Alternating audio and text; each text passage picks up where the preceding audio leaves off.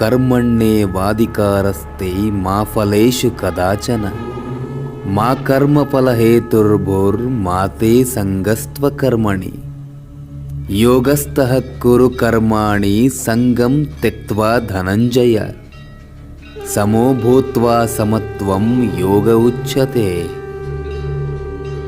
ಅಂದರೆ ನಿನಗೆ ಕರ್ಮ ಮಾಡುವುದರಲ್ಲಿ ಮಾತ್ರ ಅಧಿಕಾರವಿದೆ, ಅದರ ಫಲದಲ್ಲಿ ಇಲ್ಲ. ಆದ್ದರಿಂದ ಮಾಡಿದ ಕೆಲಸಕ್ಕೆ ಪ್ರತಿಫಲಾಪೇಕ್ಷೆಯಾಗಿ ಫಲಕ್ಕೆ ಕಾರಣನು ನೀನೆಂದು ತಿಳಿದುಕೊಳ್ಳಬೇಡ ಮತ್ತು ಕರ್ಮ ಮಾಡದೇ ಇರಬೇಕೆಂಬ ಹಂಬಲ ನಿನ್ನಲ್ಲಿ ಉಂಟಾಗದಿರಲಿ.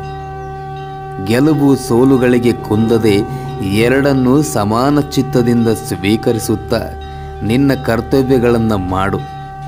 ಈ ಸಮತ್ವ ಭಾವವೇ ಯೋಗ ಎಂದು ಕರೆಯಲ್ಪಡುತ್ತದೆ ಎಂಬುದು ಶ್ರೀಕೃಷ್ಣನ ಉಪದೇಶ.